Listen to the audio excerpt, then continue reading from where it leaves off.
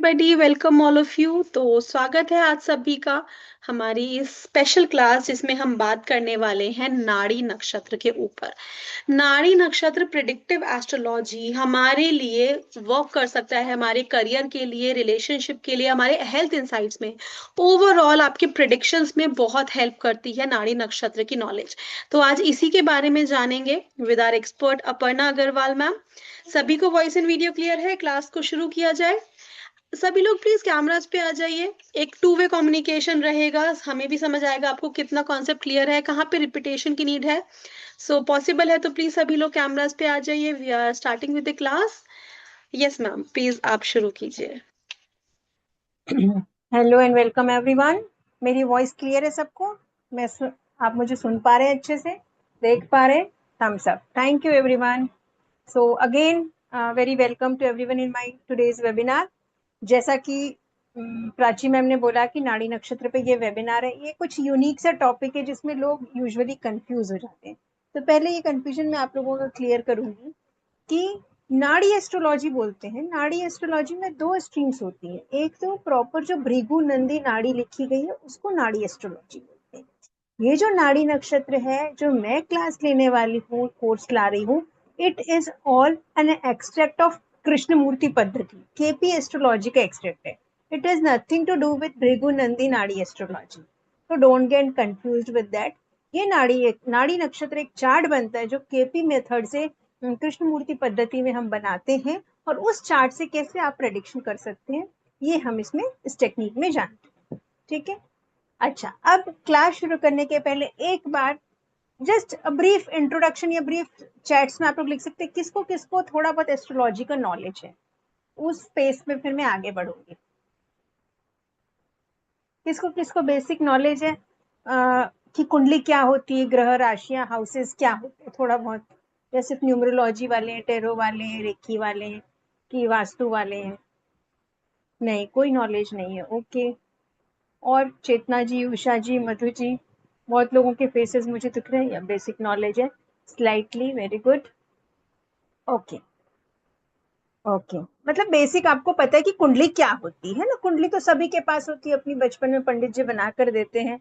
और जब हम एस्ट्रोलॉजी में आते हैं तो हम अपनी अलमारियों से निकाल के वो फटी पुरानी किताबें निकालते हैं, है ना, कि हमारी कुंडली कैसी थी, क्या थी।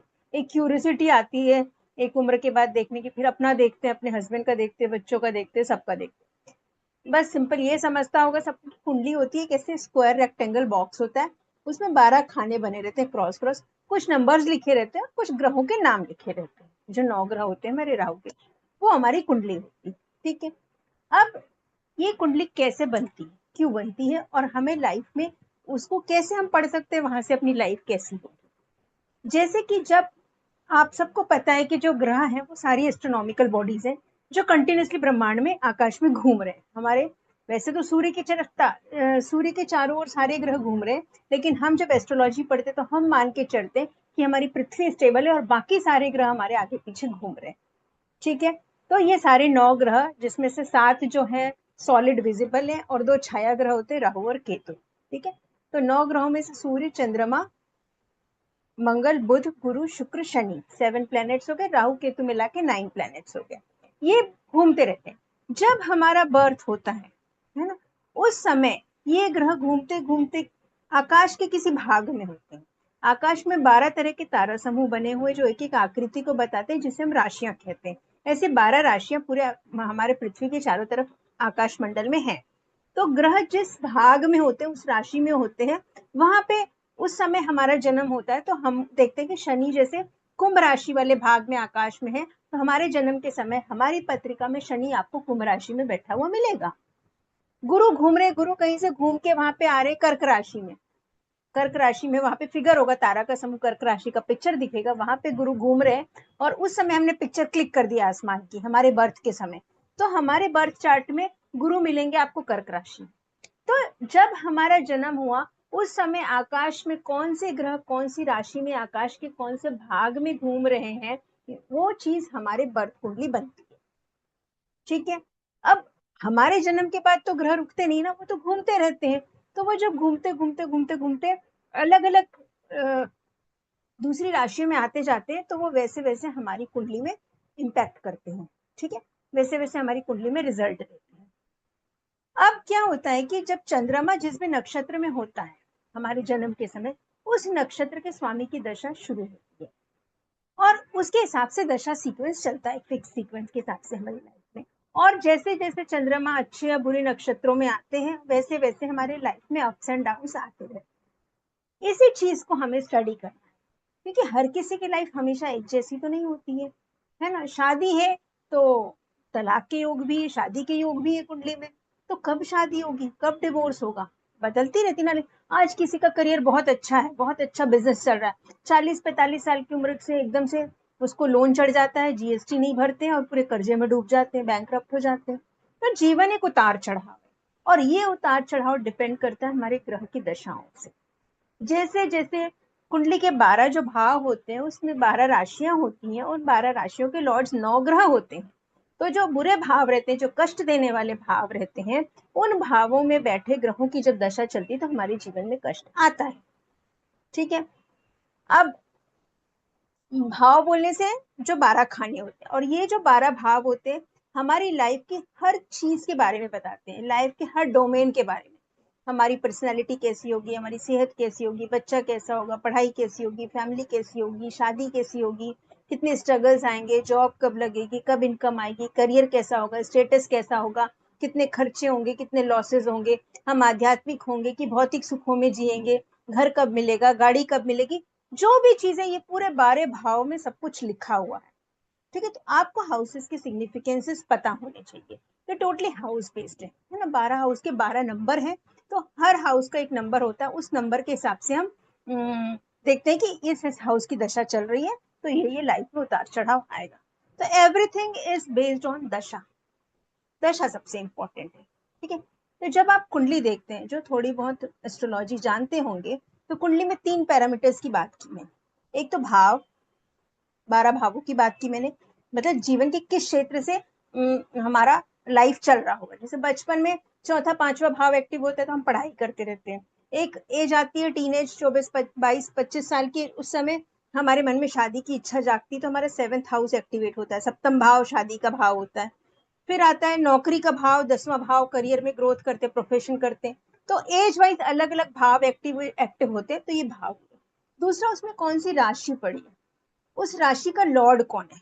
हर राशि को एक स्वामी दिया गया है, जो 9 ग्रह है वो 12 राशियों के स्वामी है। तो इन सब तीनों को मिलाकर, हाउस, राशि और प्लेनेट, इन तीनों को मिलाकर हमें अपने लाइफ में कुंडली के प्रेडिक्शंस हम समझ सकते हैं, अपनी कुंडली को पढ़ सकते हैं इन 3 पैरामीटर्स के थ्रू। अब सोचो 12 into 9 कितने परम्यूटेशन कॉम्बिनेशन प्रेडिक्शन हो जाएंगे ना। कोई आपके पास क्वेश्चन लेके आएगा एज अ मतलब हेल्प मांगने के लिए कि मैडम, आप अगर कंसल्टेशन कर रहे हैं तो, कि मैडम मेरे को बताइए कि मैं प्रॉपर्टी कब खरीदूंगा, या अभी प्रॉपर्टी खरीदूं तो लॉस तो नहीं होगा, ये पैसे मैं म्यूचुअल फंड में डालूंगा तो मुझे नुकसान तो नहीं होगा। अब आप ऐसे में कुंडली लेकर कैसे बताएंगे। 12 into 9 परम्यूटेशन कॉम्बिनेशन बन रहे हैं, तो उससे प्रेडिक्शन कैसे कर पाएंगे। तो यही इस टेक्निक का क्रक्स है कि कोई आपके पास क्वेश्चन लेके आता है तो दशा बेस्ड आप आंसर कैसे दें। वो बोलेगा मैं पिछले 4 साल पहले जब म्यूचुअल फंड में इन्वेस्ट किया था तो मुझे बहुत फायदा हुआ था, लेकिन आज म्यूचुअल फंड में इन्वेस्ट करो तो मुझे घाटा हो गया, क्योंकि उस समय दशा अच्छी चल रही थी, इस समय दशा खराब चल रही है आपकी। जरूरी नहीं ना कि हमेशा मीठा मीठा मिले लाइफ में, अप्स एंड डाउन तो है, ये तो जीवन है, रोलर कोस्टर। तो ये दशा बेस्ड जो प्रेडिक्शन है, ये टेक्निक है नाड़ी नक्षत्र की टेक्निक। एक चार्ट बनता है, नाड़ी नक्षत्र चार्ट बोलते हैं जिसे, वो केपी एक्सट्रैक्ट से, केपी पद्धति से हम बनाते हैं। ठीक? तो दशा कैसी चलती है, 9 ग्रहों की दशा चलती है। हर ग्रह की महादशा में, महादशाएं होती हैं, है ना, 120 साल की हमारी लाइफ होती है, विंशोत्तरी दशा बोलते हैं इसको। उसमें हर ग्रहों की एक फिक्स पीरियड की महादशा चलती है, जैसे गुरु की 16 साल की, राहु की 18 साल की, शुक्र की 20 साल की। तो ये 20 साल का एक बड़ा पीरियड होता है। तो अगर शुक्र आपकी कुंडली में अच्छी पोजीशन में है, अच्छा बैठा हुआ है और सब कुछ देने वाला है वो, तो 20 साल तक आपको सब कुछ नहीं मिलता रहेगा ना। इसके बीच में दूसरे ग्रहों की अंतरदशाएं आती है। 20 साल कंटिन्यूसली किसी का अच्छा नहीं रहा, 20 साल कंटिन्यूसली किसी का खराब नहीं रहा, है ना। जैसे राहु मेलेफिक प्लेनेट है, राहु की 18 साल की महादशा होती है, तो 18 साल में राहु खराब तो नहीं करेगा ना, पूरा 18 साल खराब तो नहीं जाएगा, आदमी तो बेचारा परेशान हो जाएगा। भगवान इतना निर्दयी नहीं है, उसमें अंतरदशाएं भी आती हैं आपके दूसरे प्लैनेट्स की। जो अच्छा खराब अप एंड डाउन देते हैं। फिर अंतरदशाओं के, फिर अंतरदशा होती 3 साल, 4 साल, 2.5 साल, 1 साल, ऐसे। इसमें फिर प्रत्यंतर दशा आती है जो 2 महीने 3 महीने की ऐसी होती है। तो 2-2 3-3 महीने हमारे लाइफ में अप एंड डाउन होते रहते हैं। तो क्या क्या आ गया, महादशा, अंतरदशा, प्रत्यंतर दशा। तो इन 3 दशाओं के बेसिस में हम प्रेडिक्शन देखते हैं। तो इन 3 ग्रह जिनकी महादशा चल रही है, जिसकी अंतरदशा चल रही है और जिसकी प्रत्यंतर दशा चल रही है, सिर्फ इन्हीं को रीड करेंगे। अब देखो, आप 12x12x9 कॉम्बिनेशन में बता रही थी, उसमें जाने के बदले सिर्फ इन 3 दशा लॉर्ड्स के थ्रू हम प्रेडिक्शन कर सकते हैं इजीली कि लाइफ में अब शादी हो जाएगी कि नहीं, अब सैलरी मिल जाएगी कि नहीं, अब ट्रांसफर होगा कि नहीं, अब प्रमोशन होगा कि नहीं। ऐसे क्वेश्चंस आते हैं ना नॉर्मली। अभी प्लॉट खरीदेंगे या प्रॉपर्टी में इन्वेस्ट करेंगे, म्यूचुअल फंड में इन्वेस्ट करेंगे, तो फायदा होगा कि घाटा होगा। तो ये सारी चीजें बताती है आपकी दशा, वेरी इंपॉर्टेंट। क्योंकि दशा इतनी अप एंड डाउन क्यों होती है, क्योंकि दशा बेस्ड रहती है आपके चंद्रमा के ऊपर। चंद्रमा हमेशा ऊपर नीचे होता है। चंद्रमा जिस नक्षत्र में होता है बचपन के समय, हमारे जन्म के समय, उसके हिसाब से दशा सीक्वेंस लाइफ में डिसाइड होता है, वो फिक्स रहता है। ठीक है, तो प्रॉमिस हम चार्ट से देखते हैं, लेकिन अगर कोई क्वेश्चन लेके आता है तो प्रेडिक्शन हमको दशा बेस्ड करनी होती है। क्लियर? इतना कंसेप्ट एक बेसिक समझा। तो नाड़ी क्या है, मेनली दशा बेस्ड है। अब एक स्क्रीन शेयर करती हूँ मैं, चैट्स में कितना कुछ आ गया। Okay, next. ठीक, चलिए, let me share the screen.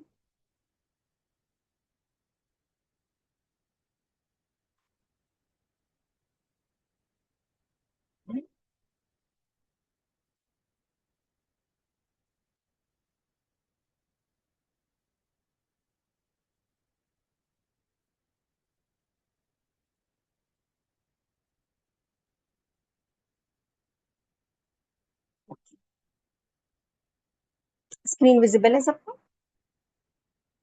Next. ठीक,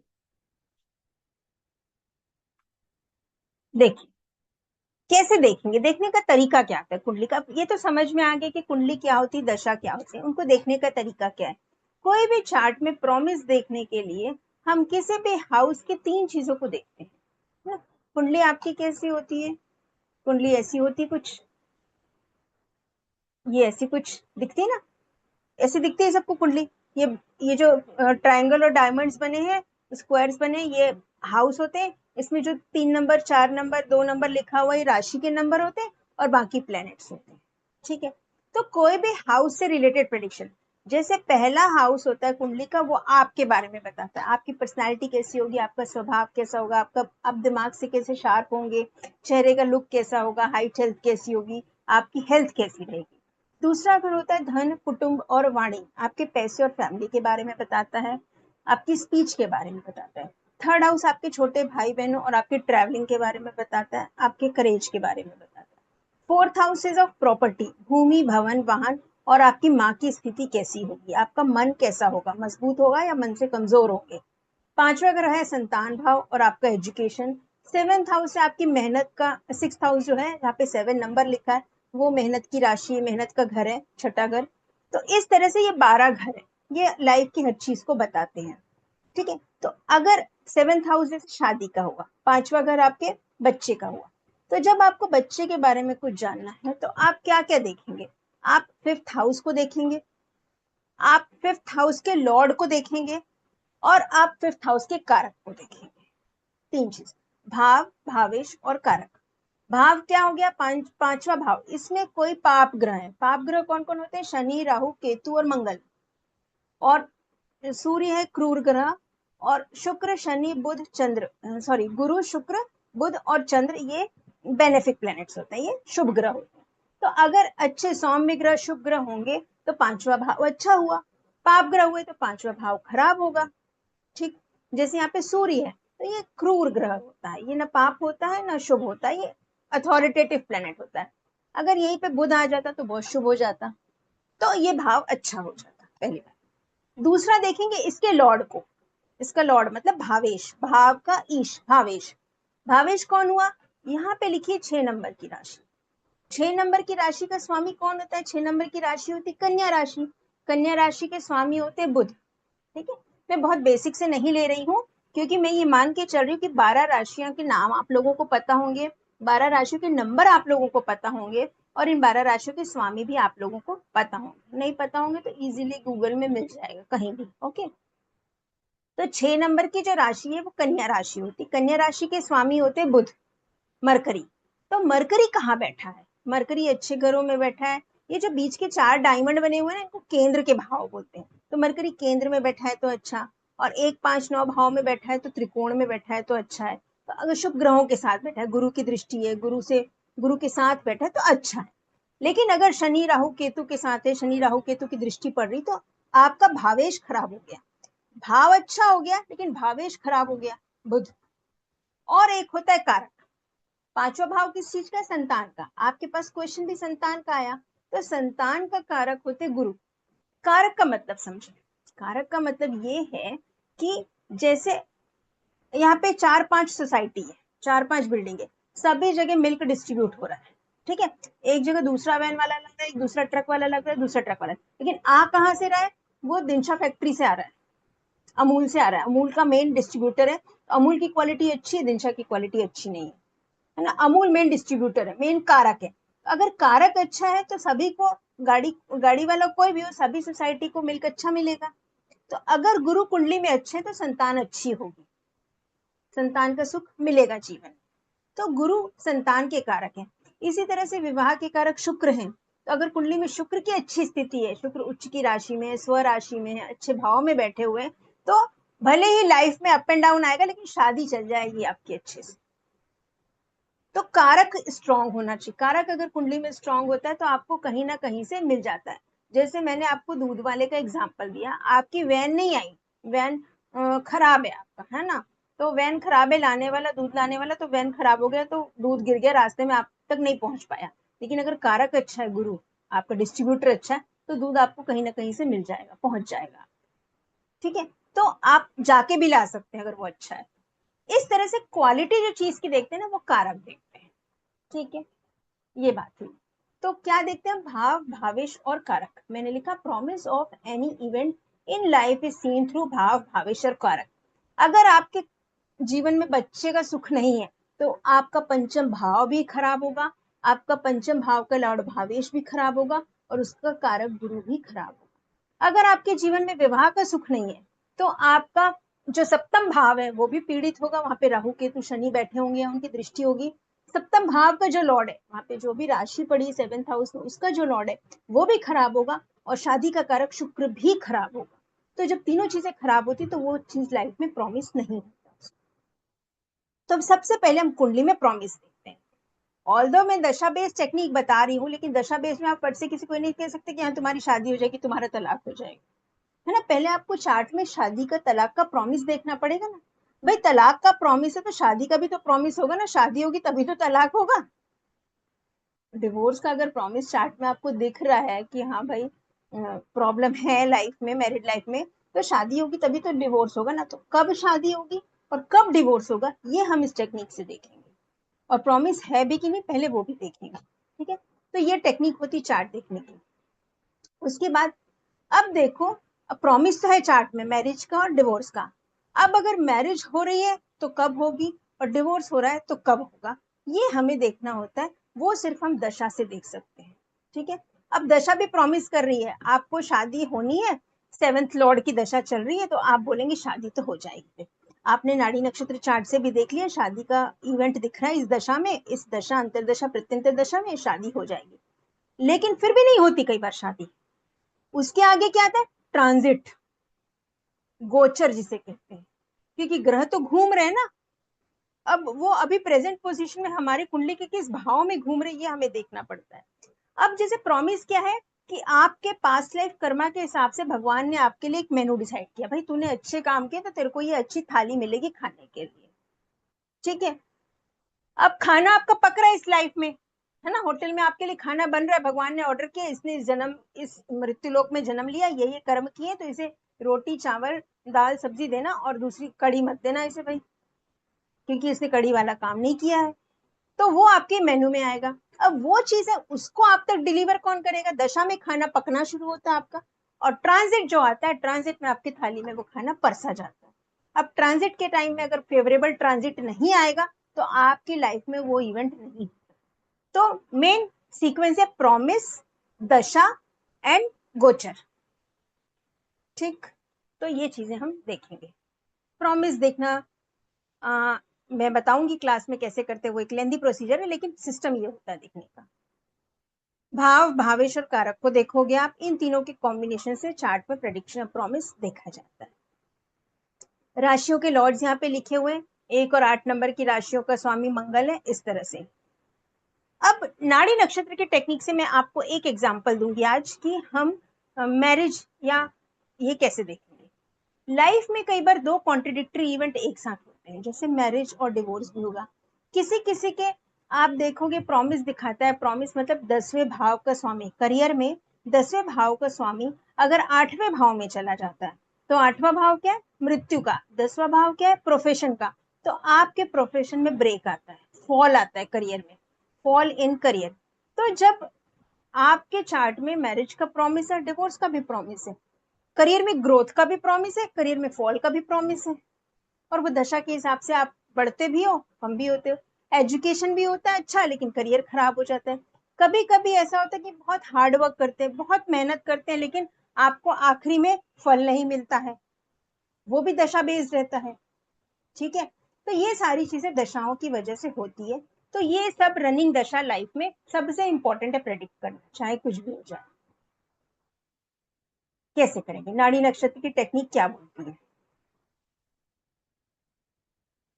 कभी कभी क्या होता है, जो प्लेनेट, जो ग्रह आपके जिस भाव में दिखते हैं, जैसे आपका सपोज चंद्रमा चतुर्थ भाव में दिख रहा है, लेकिन एक्चुअली क्या होता है, जब उसको और डीप में स्टडी करते हैं हम डिग्री वाइज, तो वो पीछे या आगे के भाव में चला जाता है, लग्न की डिग्री के हिसाब से, है ना। वो कैलकुलेशन थोड़ा डीप कैलकुलेशन है, लेकिन आप देखोगे जो कृष्णमूर्ति पद्धति है, केपी चार्ट जो बनता है, उसमें आप देखोगे कि जैसे प्लेनेट कहीं और दिख रहे हैं लग्न चार्ट में, और केपी चार्ट में वो किसी और हाउस में चले जाते हैं। इसीलिए हमें हमारा प्रेडिक्शन कभी कभी रॉन्ग हो जाता है कि हम चंद्रमा चौथे भाव का प्रेडिक्शन करते रहते हैं, लेकिन एक्चुअल में चंद्रमा तीसरे भाव का रिजल्ट दे रहा होता है।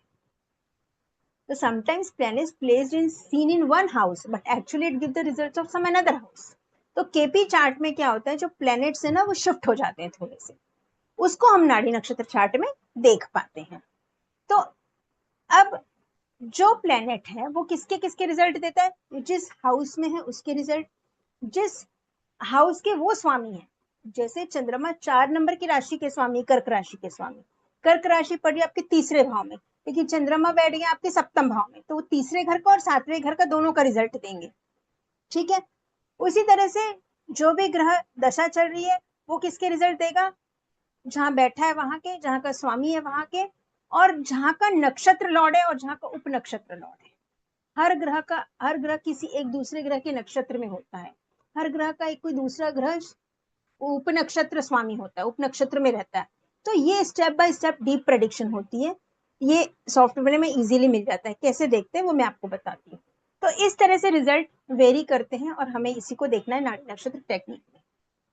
ठीक है, यहाँ पे लिखा है मैंने, every planet gives results of a sign lord, राशि लॉर्ड, नक्षत्र लॉर्ड या स्टार लॉर्ड, सब लॉर्ड या उप नक्षत्र लॉर्ड। तो ये तीन चीजें हमें देखनी होती है। इन तीनों को मिलाकर उस प्लेनेट की एक लॉबी बनती है, कि जैसे वो प्लेनेट किस हाउस का है, नक्षत्र किसका, उपनक्षत्र किसका, इसकी 3 लाइन की लॉबी बनती है, और उसमें जो हाउसेज आते हैं वो आपका मेन दशा में एक्टिव होता है, उसको देखना होता है हमें।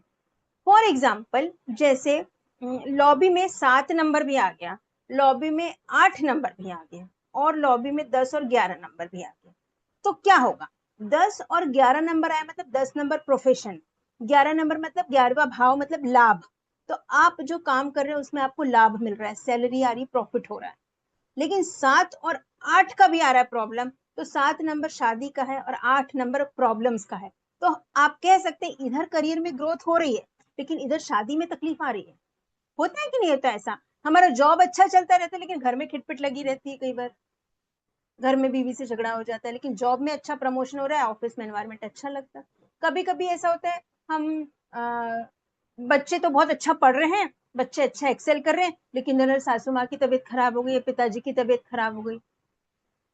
आती है ना प्रॉब्लम्स लाइफ में, दो चीजें एक साथ, एक तरफ अच्छा होते रहता है, एक तरफ कम होते रहता है। ये चीज हम इससे बहुत अच्छे से प्रेडिक्ट कर सकते हैं, ये इसका बहुत बड़ा बेनिफिट है। ठीक है, तो अब आते हैं इस चीज पे कैसे देखेंगे। एक कंसेप्ट लेके आई हूँ, एक इवेंट, जैसे हम तो कोर्स में बहुत से इवेंट है, लेकिन इसमें जो देखेंगे वो देखेंगे एक शादी का इवेंट कैसे प्रेडिक्ट करोगे। ध्यान से सुनना, ठीक है। शादी के लिए कौन कौन से हाउसेस इंपॉर्टेंट होते हैं देखने के लिए। कुंडली का दूसरा घर, कुंडली का 7वां घर और कुंडली का 11वां घर। दूसरा घर होता है हमारे परिवार का। शादी के बाद हमारे, जो हम जिसे अपना फैमिली कहते हैं, अपना परिवार कहते हैं, उसमें मेंबर्स बढ़ते हैं, फैमिली में एडिशन होता है, तो दूसरा घर को हम कंसीडर करते हैं। दूसरा घर एक्टिव होगा तो शादी होगी। फिर मेन शादी का प्राइम हाउस है वो 7वां घर है, जीवन साथी मिलेगा, शादी होगी तो सप्तम भाव। तो कोई भी इवेंट के लिए एक प्राइम हाउस होता है और उसके 2-3 सपोर्टिंग हाउसेस है। तो 7वां घर है आपका प्राइम हाउस, सेकेंड हाउस है सपोर्टिंग हाउस, और 11th हाउस है गेम्स, इच्छा पूर्ति का। तो आपकी जो विवाह की इच्छा है वो पूरी हो रही, काम पूर्ण होता है। 11वें घर में कोई भी काम पूर्ण होता है। अगर 11वें घर में पाप ग्रह बैठे राहु केतु, तो वो काम पूरा नहीं होने देते हैं आपका, ठीक है, प्रॉब्लम्स क्रिएट करते हैं। तो इस तरह से 2, 7, 11, अब ये नंबर्स को आप लोग ध्यान में रख लीजिए, यही नंबर्स आपको याद करने हैं। कौन कौन से, नाड़ी नक्षत्र में यही टेक्निक है कि 7th house, second house, 11th house. तो शादी के लिए क्या बन गया हमारा मेन, 2, 7, 11। अब जिस ग्रह की दशा चल रही है, जिस ग्रह की महादशा, अंतरदशा और प्रत्यंतर दशा चली, इन 3 ग्रहों को पकड़ेंगे। ठीक है, जैसे सपोज आपके गुरु, शुक्र और शनि की अंतरदशा प्रत्यंतर दशा चल रही है। जैसे फॉर एग्जाम्पल महादशा किसकी चल रही है आपकी, मान लो शनि की चल रही है, ठीक। अंतरदशा किसकी चल रही है, मान लो आपके केतु की चल रही है, ठीक। और प्रत्यंतर दशा किसकी चल रही है, सपोज शुक्र की। अब आप बोलोगे भाई शनि की महादशा चल रही, शादी कैसे होगी, केतु का अंतर चल रहा है, कैसे विवाह होगा, दोनों पाप ग्रह आ गए। लेकिन अगर शुक्र का प्रत्यंतर आ गया और शुक्र की लॉबी में, जो मैंने लॉबी बताया उसमें नंबर्स आएंगे, लॉबी कैसे बनती है वो मैं अभी बताती हूँ। शुक्र के लॉबी में, शुक्र प्रत्यंतर दशा में और उसकी लॉबी में अगर 2, 7, 11 आ गए, 2, 7, 11 मतलब ये मैरिज के हाउसेज आ गए, ये नंबर्स आ गए, तो शादी हो जाएगी। चलेगी नहीं चलेगी वो बात की बात है, लेकिन इस दशा में, इस महीने में, इस अंतर दशा में शादी हो जाएगी, आप ऐसा ठोक के कह सकते हो किसी। अब इसके साथ आपके दूसरे हाउसेस जुड़ जाते हैं, प्योरली 2, 7, 11 आएगा ये तो जरूरी नहीं है। इसके साथ अगर 6, 8, 12 आ गए तब क्या करोगे, शादी होगी लेकिन प्रॉब्लम्स के साथ होगी। छठा नंबर आएगा तो थोड़ी दिक्कत आएगी, 8वां नंबर आएगा तो अचानक से कोई प्रॉब्लम आ जाएगी, कुछ लॉस हो जाएगा। 12वां घर होगा, साथ में 12 नंबर आ गया तो 12वां घर किसका है, खर्चे का। तो शादी होगी, खर्चे ज्यादा होंगे शादी में, क्योंकि 12 घर भी एक्टिव हो रहा है। तो जो जो हाउसेस, जो जो नंबर्स एक्टिव होंगे, उनके उनके रिजल्ट हमको मिलेंगे ही मिलेंगे। किसके साथ, मेन इवेंट के साथ। मेन इवेंट मैरिज है, मैरिज के साथ 12वां घर लग गया तो मैरिज में खर्चे हो जाएंगे। आप जब करियर का प्रेडिक्शन करेंगे तो करियर के जो मेन हाउसेज है, 10th हाउस, 11th हाउस, उसके साथ अगर 12वां घर भी लग गया तो आप क्या बोलोगे, आप करियर में तुम फॉरेन चले जाओगे, 12वां घर फॉरेन का है, बाहर जाओगे आप करियर में, प्रोफेशन के लिए, काम के लिए। इस तरह से हाउसेस का सिग्निफिकेंसेस आपको पता होना बहुत जरूरी है, और हाउस नंबर से हम प्रेडिक्शन करते हैं। एग्जाम्पल लेती हूँ, ठीक है।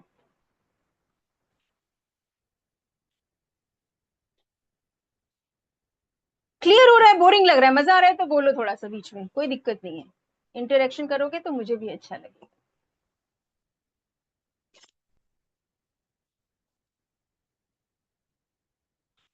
ठीक है, तो मैरिज के लिए कौन से हाउसेज होगा, 2, 7, 11। सिमिलरली बच्चे के लिए देख सकते हैं, बच्चे के लिए प्राइम हाउस कौन सा होता है, संतान का भाव 5 नंबर का, 5th हाउस। और उसमें भी वही है, फैमिली में एडिशन हो रहा है, एक बच्चा घर पे आ रहा है तो, और 11th हाउस में आपकी इच्छा पूर्ति हो रही है। तो बच्चे को देखने के क्या कोऑर्डिनेट्स बन गए, 2, 5, 11, राइट। तो इस तरह से हम देखेंगे। अभी नेक्स्ट, तो कोर्स अब एक चार्ट लेती हूँ मैं, ठीक है।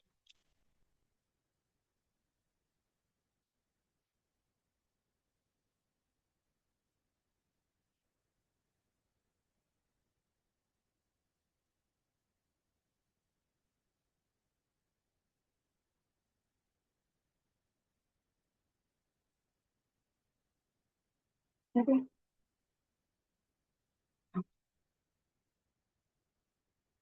मिनट दीजिए, मैं चार्ट ओपन करती हूँ।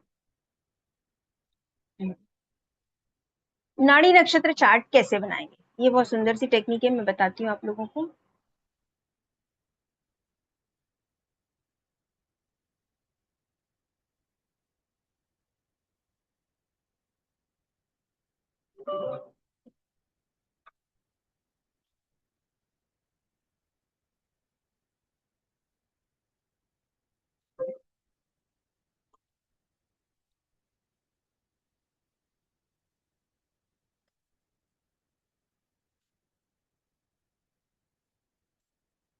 ये ये एक ऐप है केपी नॉक्स करके, केपी के सॉफ्टवेयर का ऐप है ये। आप ऑनलाइन फ्री सॉफ्टवेयर है, डाउनलोड कर सकते हैं गूगल से।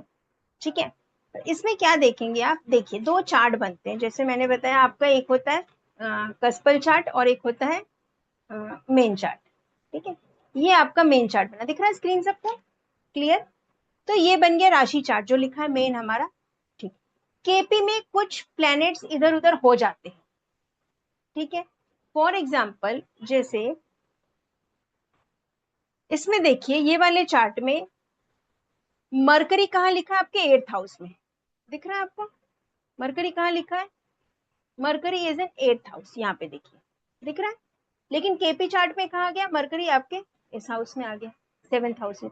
वो दिख रहा है 8th हाउस, तो हम प्रेडिक्शन क्या करने लगते हैं 8th हाउस का, लेकिन जब दशा आती तो वो एक्चुअली किसके रिजल्ट देता है? वो 7th हाउस के रिजल्ट देते हैं दशा में।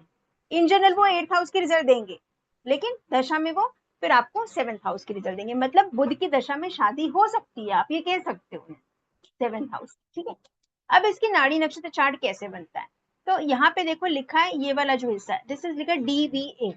डीबीए मतलब D for dasha means mahadasha, B for bhukti, bhukti means antardasha, okay, and A for antara, antara means pratyantar dasha. तो इसे बोलते हैं डीबीए, महादशा, अंतरदशा, प्रत्यंतर दशा।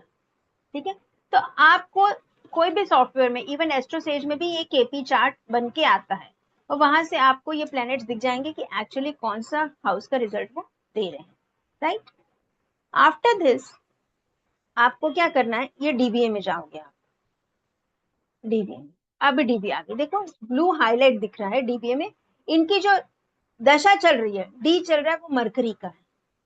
ठीक है, और इनकी भुक्ति चल रही है आपके मरकरी की, और अंतरा चल रहा है वीनस का। ठीक है, तो किसका चल रहा है? Mercury, mercury Venus. अब हमको दो ही प्लेनेट पकड़ने प्रेडिक्शन के लिए। जब आपके पास कोई कंसल्टेशन लेने आएगा तो आप पूरा चार्ट एक व्यू देखिए, लेकिन मेन जब उसे जवाब देना तो उसके दशा के बेसिस पे, क्योंकि दशा क्या होता है चंद्रमा पे, तो व्यक्ति का माइंडसेट कैसा है वो उससे दिखता है। सपोज शुक्र की दशा है तो अपने आप शादी की रिलेशनशिप बनाने की इच्छा होती है, व्यक्ति को बन ठन के रहने का मन करता है। गुरु की दशा आती तो वो पढ़ाई में पूजा पाठ में लग जाता है, ये मूड स्विंग होते हैं। तो पहले आपको दशा समझनी है उसकी, सामने वाला किस माइंडसेट से चल रहा है। अब देखो जो चार्ट बनता है, लॉबी की जो मैं बात कर रही थी, बुध की दशा चल रही तो बुध की लॉबी क्या बताएगी? बुध की दशा चल रही तो बुध की लॉबी में क्या क्या आ रहा है आपका, देखो बुध कौन कौन से हाउसेस के रिजल्ट दे रहा है। ठीक है, बुध दे रहा है आपके 7, 9 और 12 हाउसेस। ठीक है, क्या लिखा है 7, 9 एंड 12। और मैंने बोला बुध जिसके नक्षत्र में है उसके भी रिजल्ट देगा, तो बुध किसके नक्षत्र में है? बुध है आपके स्टार लॉर्ड, बुध का स्टार लॉर्ड कौन है? चंद्रमा। बुध जो है चंद्रमा के नक्षत्र में है, और चंद्रमा दे रहे 9 और 10 नंबर के रिजल्ट। और सब लॉर्ड कौन है? उप नक्षत्र स्वामी, तो बुध का उप नक्षत्र स्वामी भी चंद्रमा है, तो वो 9 और 10। तो टोटली बुध की जो लॉबी बनी वो क्या बन गई आपकी? 7, मरकरी की जो लॉबी बन गई वो क्या बन गई आपके? 7, 9, 12, और उसके बाद बन गई 9 और 10, उसके बाद फिर 9 और 10। ठीक है, तो ये उसकी लॉबी कहलाई। ये जो तीन चीजें आपके पास बन के आई ना, this is called the lobby of the दशा, ये जो मैंने यहाँ पे लिखा है। क्लियर? अब इस दशा पीरियड में उनको इन इन हाउसेस के रिजल्ट मिलेंगे। इन हाउसेस मतलब 7th हाउस में आप बिजनेस भी देखते हो, 7th हाउस में आप शादी भी देखते हो, 7th हाउस में आप प्रमोशन भी देखते हो, पद प्राप्ति। तो हो सकता है वो हो, नाइन्थ हाउस आपका भाग्य है, आपको भाग्य का साथ मिलेगा इस समय, हर जो भी काम करो उसमें भाग्य साथ देगा आपको। नाइन्थ हाउस हायर स्टडीज का है, लॉन्ग ट्रेवल्स का है, आप लंबे समय के लिए ट्रैवलिंग कर सकते हो, दूर जा सकते हो, आप हायर स्टडीज में आपका इंक्लिनेशन हो सकता है। और 10वां घर प्रोफेशन है, करियर में ग्रोथ हो सकता है। 12वां घर क्या है, फॉरेन। अब 9 और 12 जुड़ गए तो हो सकता है फॉरेन ट्रैवल कर लो, हो सकता है ट्रैवलिंग में खर्चा हो, फॉरेन ट्रैवल करोगे तो खर्चा तो होगा ही होगा। तो ये जो हाउसेज एक्टिव है इन्हीं के सिग्निफिकेंस मिलेंगे। इस दशा में इन्हें बच्चे से भी कोई लेना देना नहीं, कि बच्चे का नंबर कौन सा है, 5 नंबर, तो 5 नंबर का कोई लेना देना नहीं। ऐसे प्रेडिक्शन होती नाड़ी नक्षत्र से। अब जैसे शादी का इवेंट देखना है, तो इनकी तो वैसे शादी हो चुकी है जिनका चार्ट है ये, लेकिन शादी को कैसे देखेंगे। ये दशा हो गई, भुक्ति किसकी है, बुध की है, तो सेम लॉबी बनेगी बी की भी। और जो ए की लॉबी बनेगी वो दूसरी लॉबी बनेगी। ए की लॉबी कैसे बनेगी आपके, वीनस की, तो वीनस की लॉबी क्या बोलती है, वीनस की लॉबी कहती है वीनस 681, है ना, 681, ये उसका नक्षत्र लॉर्ड कौन है, बुध है, तो बुध क्या दे रहा है, 7 9 12। और उसका उप नक्षत्र लॉर्ड है मून, तो मून दे रहा है 9 और 10। ठीक है, अब आप ये कह सकते हैं इस सिस्टम में 9 10 9 10 का बहुत रिपीटिशन आ रहा है, 9 10 9 10 का, तो इनको लक हमेशा साथ दे रहा अभी इस टाइम पीरियड, है ना, लक बहुत बलवान है इनका, ऐसा कह सकते। अब ये नंबर्स कहाँ से आए, एक बार गौर कीजिएगा, ये नंबर लिख लीजिएगा, मैं स्क्रीन पीछे कर रही हूँ, ठीक है। बुध में देखा हमने 7 9 और 12, 7 9 और 12 कहाँ से आए, 7 9 और 12 कहाँ से आया आपका, चार्ट में जाइए। बुध कहाँ बैठे हैं आपके, एक्चुअल वो 8th हाउस में है, लेकिन केपी चार्ट में, केपी चार्ट में देखना है अब आपको, नाड़ी नक्षत्र चार्ट बनाने के लिए केपी चार्ट में देखना है। केपी चार्ट में बुध कहाँ पे आपके 7th हाउस में बैठे, राइट, ये 7th हाउस में दिख रहे हैं, इसीलिए हमने लिखा 7 नंबर, बुध की लॉबी में क्या लिख लिया, 7 नंबर। फिर वो लॉर्डशिप कहाँ कहाँ की, कौन कौन सी राशियों के स्वामी होते हैं बुध, आपके 3 नंबर और 6 नंबर, ठीक है। तो 3 नंबर और 6 नंबर कहाँ लिखा है आपका, एक 6 नंबर यहाँ लिखा है और 3 नंबर यहाँ पे लिखा है, means this is 9th house, this is 12th house और 7th हाउस। तो बुध कहाँ कहाँ क्या गया आपको, क्या दिखा, 7 9 12 दिखा आपको, डीबीए में जब हम गए तो क्या दिखा, 7 9 12 दिखा, इसलिए मरकरी के सामने 7 9 12। अब मून का देखोगे, मून का कैसे आएगा, मून कहाँ पे आपके, मून बैठ गया आपके ये 9th हाउस में, ठीक है। और लॉर्डशिप कहाँ की, मून कौन सी राशि के स्वामी है, 4 नंबर की राशि के, ठीक है, तो 4 नंबर 10th हाउस में, तो मून के लिए लिखा 9 और 10। सिमिलरली वीनस का देखो, तो वीनस कहाँ पे है, वीनस आ गया आपके 6th हाउस में, और वीनस की लॉर्डशिप कहाँ की है, 8th हाउस की और लग्न की, तो वीनस में क्या लिख पाएंगे हम, 1 6 8, 1 6 8, 1 और 8 का लॉर्ड है और 6 में बैठा है, क्लियर, ये चीज क्लियर हो रही है ना, कैसे निकले कोऑर्डिनेट्स।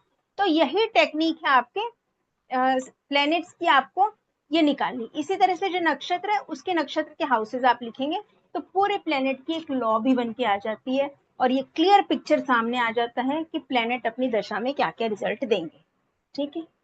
अब सपोज जैसे इनकी शादी हुई थी जनवरी 24 में, हाँ जनवरी 2024 में, तो जनवरी 24 का मैं अगर चेंज करती हूँ दशा,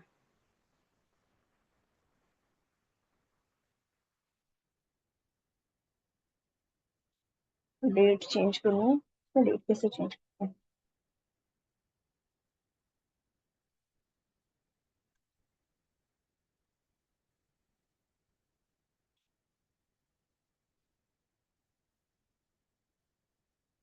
दिसंबर 24, जनवरी 2024,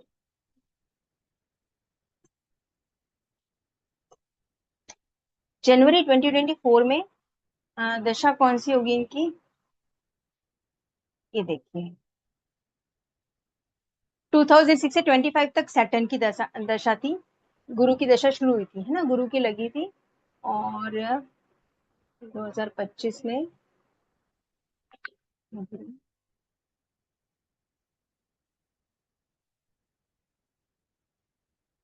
2006 से 25 तक शनि की दशा है। उसके बाद अंतरदशा इसमें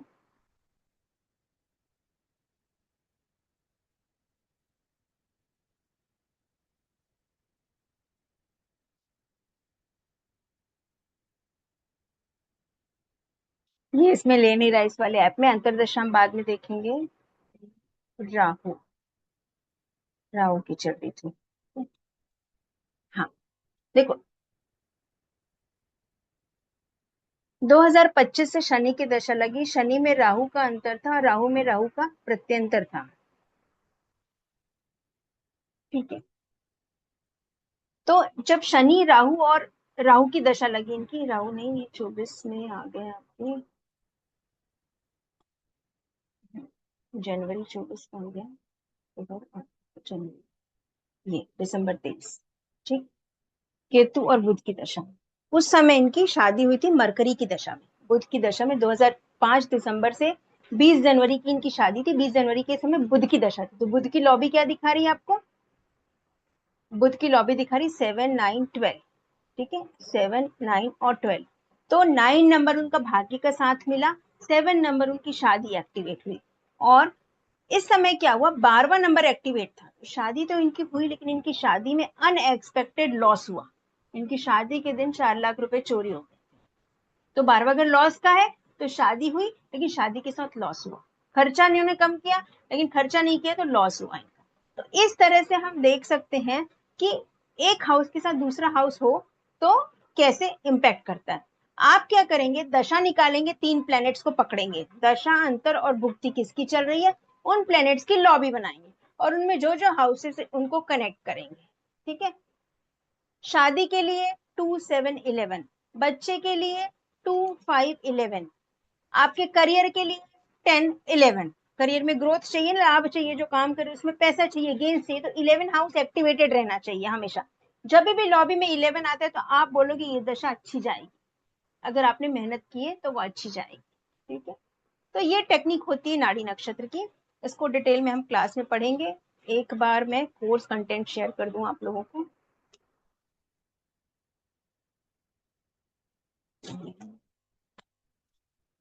ठीक है, तो हाँ, ठीक है, तो हर चीज को बताने वाला एक प्राइम हाउस होता है। मैंने करियर बताया आप लोगों को, बच्चा बताया, शादी बताई। ठीक है, इसके अलावा और कुछ पूछिए, कुछ और हाउस के लिए क्या देख सकते हैं हम, एनी क्वेश्चन?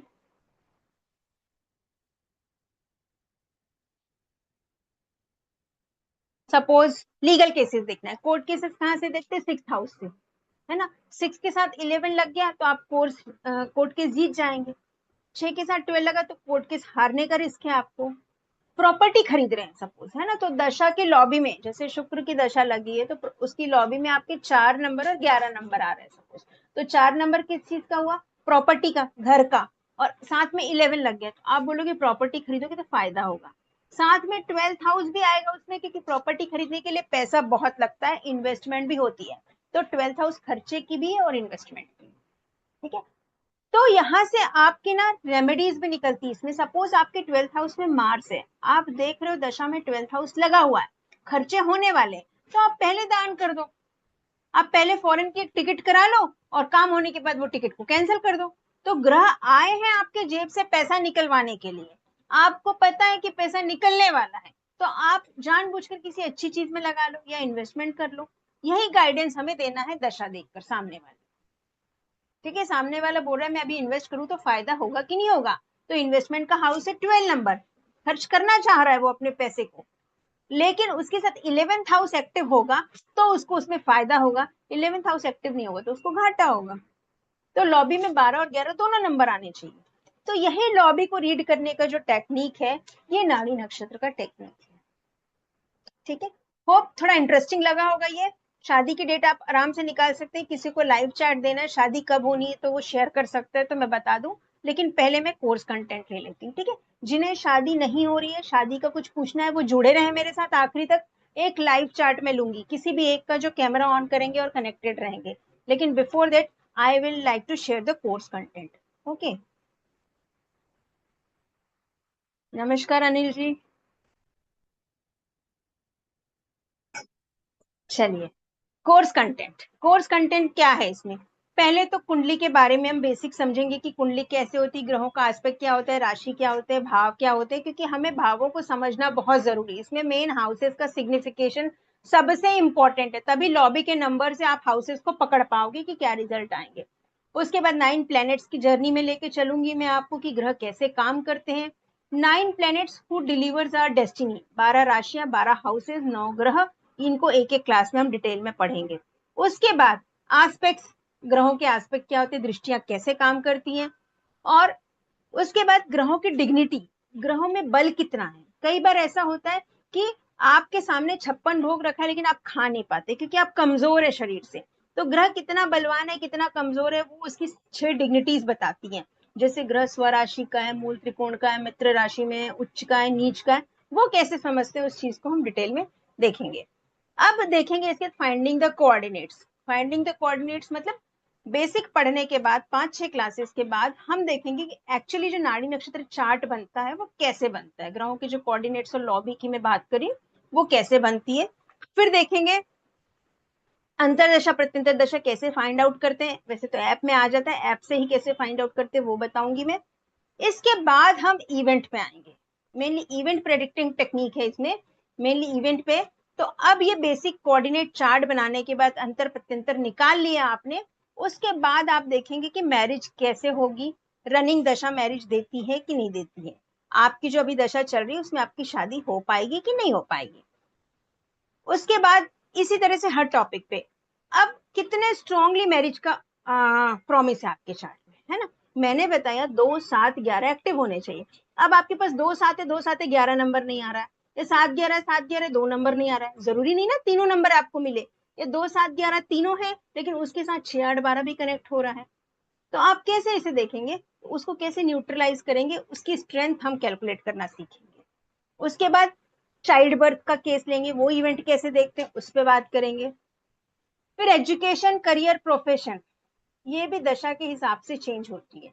बच्चा बहुत दिमाग वाला है, मैथ्स भी ले सकता है, साइंस भी ले सकता है, आप उसे क्या सजेस्ट करेंगे उस समय जैसी दशा चल रही होगी अकॉर्डिंगली आप उसे सजेस्ट करेंगे कि आप इस स्ट्रीम में जाओ. कोर्ट केसेस लिटिगेशन चल रहे हैं तो जीत पाएंगे कि नहीं जीत पाएंगे, आपके फेवर में वर्डिक्ट होगा कि नहीं होगा, ये चीजें भी हम दशा के हिसाब से समझेंगे. ठीक है, कई बार आप बहुत ट्रू होते हैं, बहुत लॉयल होते हैं, लेकिन दशाएं साथ नहीं देती तो आप केस नहीं जीत पाते सही होकर भी. ठीक है. उसके बाद इंपॉर्टेंट इंक्वायरीज क्या होंगी आपके, प्रॉपर्टी व्हीकल्स लें कि नहीं लें, कोई आएगा आपके पास. लॉन्जिविटी का भी थोड़ा सा बताऊंगी मैं, वैसे तो आयु पढ़ाना नहीं चाहिए लेकिन एक थोड़ा सा आपको ग्लिम्स दूंगी कि इसे कैसे देख सकते हैं. लॉन्जिविटी नहीं बोलना चाहिए लेकिन एक जो क्रोनिक डिजीज आती है ना, हेल्थ एकदम मृत्यु तुल्य कष्ट, आईसीयू में, वेंटिलेटर में, तो वैसी स्थिति होगी कि ठीक हो जाएंगे, वो समझ पाएंगे हम. ठीक है ना. अब व्यक्ति हॉस्पिटल में एडमिट है तो घर वापस आएगा कि वहीं पे वेंटिलेटर में ही रहेगा, है ना. सब किसका जय गुरुदेव हो जाए पता नहीं. हेल्थ एंड डिजीजेस, ये भी देखेंगे कौन सी दशा में डिजीजेस. कई बार क्या होता है ना कि बीमारियां होती हैं, कई लोग क्योर कर जाते हैं उसी बीमारी से, कई लोग उसी बीमारी से बाहर नहीं निकल पाते, वो होता है दशा बेस्ड. जब बैक टू बैक मारक और बाधक ग्रहों की दशा लग जाती है ना तो आदमी रिकवर नहीं कर पाता. तो मारक और बाधक प्लेनेट क्या होते हैं वो कंसेप्ट इसमें समझेंगे हम वैदिक का, और अकॉर्डिंगली देखेंगे कि हेल्थ से रिकवरी हो पाएगी कि नहीं हो पाएगी. ठीक. Does the planetary transit will kick the event. अब ये तो हमने निकाल लिया प्रेडिक्शन, सेकेंड लेवल हो गया, प्रॉमिस देखा, दशा देखी, है ना. अब ट्रांजिट पढ़ेंगे, ट्रांजिट अगर आ गया तो वो इवेंट दशा फेवर कर रही तो क्लिक हो जाएगा. ठीक है. और अगर सिर्फ ट्रांजिट है तो ट्रांजिट तो ग्रह तो सभी के लिए घूम रहे, घूम के निकल जाएंगे वो, लेकिन आपके चार्ट में अगर वो प्रॉमिस है और इस ग्रह की दशा लगी है तो वो इवेंट आपकी लाइफ में हो जाएगा. ठीक. अब आते हैं होरारी. इसमें होरारी भी पढ़ेंगे जो प्रश्न टेक्निक है. जैसे आपके पास 2 लाइन चूजनी, दोनों बराबर लग रहा है, अब आप एक फ्लैट खरीदने जा रहे हैं, आपको A402 भी पसंद आ रहा है, 5B402 भी पसंद आ रहा है. अब आप डिलेमा में कि ये लू कि ये लू, ये लू कि ये लू, दोनों अच्छा है, दोनों में आपको प्रॉपर बेनिफिट दिख रहा है, वास्तु के हिसाब से भी दोनों फ्लैट ठीक है, अब आप कौन सा लें, उस समय फिर हम होरारी लगाते हैं. ठीक है. तो होरारी चार्ट की हेल्प उस टाइम पे आप लेते हैं, तो वो टेक्निक भी इसमें देखेंगे. प्रश्न कुंडली ठीक है, तो this is the part of, और भी बहुत कुछ है इसमें, कुछ छूट भी गया होगा लिखना, लेकिन और भी बहुत कुछ साथ साथ हम सीखेंगे। ये तो मेन मेन इवेंट्स दिए हुए हैं, इन इवेंट को समझते समझते इनके साथ बहुत सी चीजें सीखने को मिलेंगी कोर्स में। बट ये पूरा इवेंट प्रेडिक्शन टेक्निक है, दशा बेस्ड, सिर्फ दशा में ये चीज होगी कि नहीं होगी, होगी तो इसका उपाय क्या करें। ये ऐसा ना कि पानी का बहाव आ रहा है आपके पास, आपको पता चल गया कि पानी का बहाव यहाँ से माउंटेन टूट गया, झरना बह गया, अब आपको वो पानी जो बह रहा है उसे वेस्ट करना है, गड्ढे में डालना है, कि उसको चैनलाइज करके खेतों में लेके जाना है। आपको पता चल गया पानी आ रहा है, तो आप टाइम पे क्या करोगे, खेत में एक गड्ढा बना लोगे, नाली बना लोगे, और वो पानी उसमें से बह के खेत में चला जाएगा, आपके वेस्ट नहीं होगा। तो ये आपके ऊपर है कि आप टाइम पे चीजों को देख के उन एनर्जीज को चैनलाइज कर सकते हो कि नहीं कर सकते हो। ये इवेंट प्रेडिक्शन टेक्निक होगी एज अ रेमेडी। ठीक है मैम, तो क्वेश्चंस ले लूं मैं, किसी के क्वेश्चंस है तो। हाँ, Prachi ma'am, are you there? Prachi ma'am है कि नहीं? कोर्सेज में क्या क्या यस मैम, मिलेगा? I am here. हाँ ma'am, just tell about the courses. Content मैंने बता दिया है। यस यस मैम, यस मैं मैम। एक बार यस सभी मैम। के साथ एक्सप्लेन कर देती हूँ। सो सारी क्लासेस जो है वो जूम पे लाइव होंगी। जैसे कि अभी हम लोग क्लास में डिस्कस कर रहे हैं सारे कॉन्सेप्ट्स, उसी तरह से लाइव जूम मीटिंग पे वीडियो कॉल जो हमारी मीटिंग रहती है, इसमें हम लोग सारे कॉन्सेप्ट्स कवर करेंगे। सारा स्टडी मटेरियल आपको ग्रुप में प्रोवाइड किया जाएगा, एप्लीकेशन पे प्रोवाइड किया जाएगा। हमारा एप्लीकेशन है द डिवाइन ग्रेस नेम से। सो वहाँ पे भी आपको लाइफ टाइम एक्सेस मिलता है for all the class recordings and for all the study materials. जब आपका कोर्स फिनिश हो जाता है तो आपको डिजिटल सर्टिफिकेट्स मिलते हैं विच आर ISO सर्टिफाइड। आप इनको प्रोफेशनली यूज कर सकते हैं अपने आगे करियर में। एंड साथ ही में 24/7 व्हाट्सएप सपोर्ट, यानी कि कंफर्म ग्रुप हमारा बनता है जहां पे कोर्स कंप्लीट होने के बाद भी व्हाट्सएप सपोर्ट आपको दिया जाता है। आपको कोई भी डाउट आता है, क्योंकि क्लास के दौरान हम बहुत सारे कॉन्सेप्ट समझते हैं, लेकिन जब हम प्रैक्टिकली करते हैं, हमारे पास क्लाइंट्स आते हैं, तो ऐसे काफी डाउट्स होते हैं जो हमें पता चलते हैं जिनका सॉल्यूशन बहुत जरूरी है। तो व्हाट्सएप के ग्रुप में आप अपने डाउट्स ड्रॉप कर सकते हैं और हम यहाँ पे आपको पूरा सपोर्ट देते हैं। Now let us discuss about the course fees and course detail.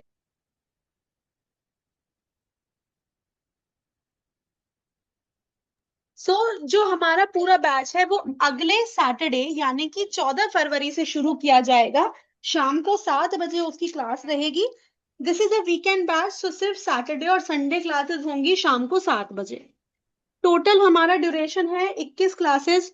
पूरे कोर्स का 21 क्लासेस यहाँ पे हम कवर करने वाले हैं, जिसमें जितने सारे मैम ने टॉपिक बताया सब कवर किए जाएंगे। इफ रिक्वायर्ड क्लास एक्सटेंड करने की जरूरत रही तो हम क्लास भी एक्स्ट्रा रखते हैं। Each class will be for 1 to 1.5 hour. हर क्लास में डाउट्स भी लिए जाते हैं, तो अगर लाइव क्लास के दौरान आपको कोई डाउट्स हैं आप वो भी साथ में पूछ सकते हैं। कोर्स की फीस क्या है? सो ये पूरा कोर्स जो है 11,000 का कोर्स है, बट आप 5,500 में ये कोर्स कर सकते हैं, बिकॉज डिवाइन ग्रेस में सारे ही कोर्सेज बहुत रीजनेबल फीस में करवाए जाते हैं। एंड एक अपॉर्चुनिटी और सभी के लिए अवेलेबल है, which is instalment plan. I know एकदम से 5,500 एक पे करना जो है थोड़ा मुश्किल होता है, एंड ऑल्सो हम लोग इंस्टॉलमेंट में पे करते हैं तो बहुत इजी रहता है on our pockets as well. So आप अपनी सीट अभी बुक कर सकते हैं बाय पेइंग 500 रुपीज। आप अपना रजिस्ट्रेशन कंफर्म कर सकते हैं। फिर आपको 14 फेब से पहले 2,000 पे करना है, देन नेक्स्ट मंथ 14 मार्च 1,500, देन नेक्स्ट 14 अप्रैल 1,500। उस हिसाब से आप मंथली जो है ये पेमेंट कर सकते हैं और इस पूरे कोर्स में रजिस्ट्रेशन करके आ सकते हैं। पेमेंट QR कोड से आप कर सकते हैं, पेटीएम, गूगल पे, फोन पे कर सकते हैं। नंबर जो आपके स्क्रीन पे मेंशन है इसको प्लीज नोट करिएगा। कोई भी कम्युनिकेशन के लिए, कोई भी आपको डाउट रहता है व्हाट्सएप पे के लिए, आप इस पे कनेक्ट कर सकते हैं 8130283244। ठीक है, चलिए मैम आप आगे कंटिन्यू कीजिए। यस मैम, चलिए। हाँ, एनी क्वेरीज एनीवन? बोलिए। सब अपने आप को अनम्यूट कर सकते हैं मैम, सबको अनम्यूट कर दीजिए, सबको एक्सेस दीजिए, one by one they will ask. हाँ, yes any doubt, any query? Yes किसका मैम। शादी का चार्ट लेना है लाइव, वो भी एक रुकेंगे, मैं एक दो क्वेरी लेके live chart I will take. हाँ, पूर्णिमा जी बोलिए, पूर्णिमा मैम। मैम एक तो ये कोर्स कितने टाइम का, 21 क्लासेस हो रही हैं आप कह रहे हैं? हाँ मैम, तो 10 वीक्स पकड़ लीजिए ना, पर वीक 2 क्लास होगी मैम, ओके मैम, 2 से ठीक है। 2.5 महीना चलेगी क्लास। और उस बीच में कभी कुछ आपसे पूछना हो तो आपसे कांटेक्ट अलग से होता है क्या, क्या बिल्कुल, रहता व्हाट्सएप में आई एम 24/7 अवेलेबल मैम, आप एनी टाइम पूछ सकते हो व्हाट्सएप में, क्लास में भी मैं पूरा बताती हूँ क्वेश्चंस आपको, कोई दिक्कत नहीं ठीक है। है मैम। और ओके, जब आपके पास टाइम हो तो फिर I like to ask for my daughter's marriage, जब फाइन आपके मैम, पास। Fine. Okay thank you ma'am, so thank you so much. Yes ma'am, Anuradha ji. Much. Radhe Radhe ma'am. Radhe Radhe ma'am, बोलिए। मैम वही जो अभी लास्ट मैम ने क्वेश्चन पुटअप किया था कि अगर आपसे कोई क्वेश्चन पुटअप करना है, कोई क्वेरी है रिगार्डिंग टू कोर्स, तो हम्म उसके लिए आपसे कैसे मतलब हम कांटेक्ट कर सकते हैं? मैम, मैं कोई व्हाट्सएप ग्रुप व्हाट्सएप में भी ग्रुप? 27 अवेलेबल रहती हूँ, और क्लास में भी पूछ सकते हैं, एनरोल करेंगे तो any time. Okay okay, thank you ma'am. WhatsApp group के थैंक थ्रू भी हम आपसे कनेक्ट रह सकते हैं? बिल्कुल बिल्कुल। Okay okay, thank you ma'am, thank thanks a lot. Thank thanks. Okay then, ठीक है, किसी को भी लाइव चैट नहीं लगाना है तो it's okay for that, will meet in the class. सब आए, एनरोल करें, and thank you for joining, thank you everyone. Radhe thank you Radhe. Ma'am, thank you ma'am, thank you Radhe ma'am, Radhe. Radhe thank you Radhe. So thank you much. Ma'am, thank Good you. Thank you. evening, ma'am. Good evening ma'am, कौन बोला? Do, do you have time for checking for my son's marriage? Sure ma'am, बोलिए, मैं तो बोल ही रही थी कोई दो First, एक live chat first I take. Jul, first just minute, July just 1980. Let me Okay. Open the app ना, जस्ट वेट। स्क्रीन दिख रही है सबको? नहीं,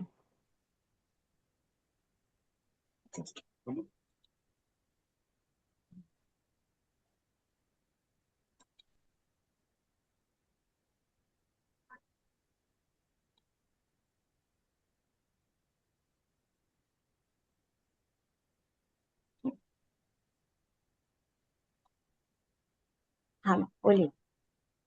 First July 1984, ma'am.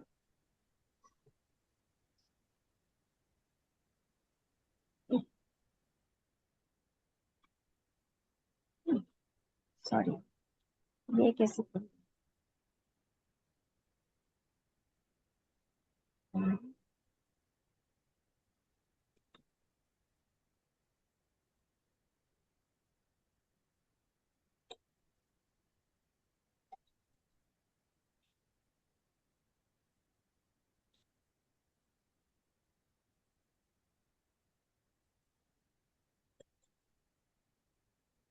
हाँ मैम, क्या बोला आपने? नाम क्या पहले बताइए, बेटे का नाम?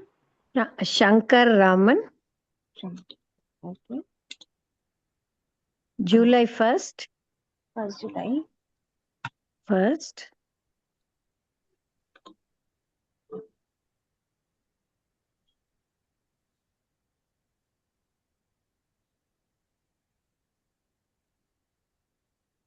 जुलाई, year 1984. 1984। You want place of birth? Time also ma'am, time? 4:25 p.m. Mysore. 25 PM। 4:25 p.m. Mysore. Mysore.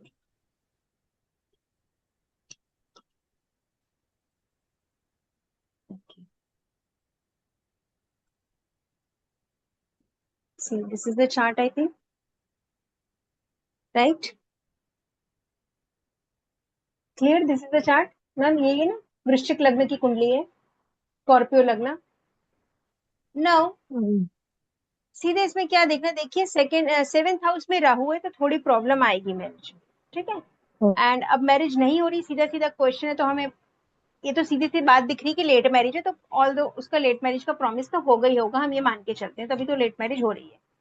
okay. अब अभी आगे होगी कि नहीं, हम सीधे नाड़ी नक्षत्र टेक्निक पे इसी तरह से जंप करते हैं पूरे प्रेडिक्शन करने से पहले, कि हम देखेंगे Okay. डीपी दशा किसकी चल रही है उसकी, ठीक है। दशा चल रही है आपकी शुक्र की, बुध की और राहु की। DB is Venus, mercury and Rahu. अब वीनस की लॉबी क्या कहती है आपकी? वीनस की लॉबी कहती है 8 7 12 2 5 5 2 2 5। मीन्स आपका 2 नंबर फेवरेबल आ रहे हैं आपके, 2 नंबर बहुत स्ट्रॉन्ग है और 7 नंबर बहुत स्ट्रॉन्ग है, ठीक है। 2 और 7 मिल गए Okay. आपको, 2 7 11 में से। मैरिज के लिए हमने क्या हाँ, बोला, we have to see 2 7 11, you got 2 yes, 7 11, right. Now yes. Go to, miss महादशा प्रॉमिस कर रही कि वो शादी दे सकती है, थोड़ा सा मिसिंग है 11 नंबर, लेकिन आपको 66% प्रॉमिस मिल गया महादशा में। Yes. And Hmm. एक और इसमें ऐड होता है कि शुक्र है, शुक्र एक्चुअली नेचुरल सिग्निफिकेटर है मैरिज का, तो वो Hmm. 25% ऐड कर देता है। शुक्र की दशा Okay. चल रही है तो वो 25% ऐड ऑन कर देता है, तो आपके पास 80-90% चांस है कि शुक्र की महादशा में मैरिज हो जाएगी। Clear? Okay. Now Okay. Let's move to bhukti. भुक्ति में क्या लॉबी बोल रहा है, भुक्ति बोल रहा है आपको सिर्फ 2 नंबर दे रहा है, इट्स नॉट गिवन 11 नंबर भी दे रहा है, ठीक है। Hmm. 8 Hmm. 8 11 is mercury, 2 2 5 and 12, ठीक है।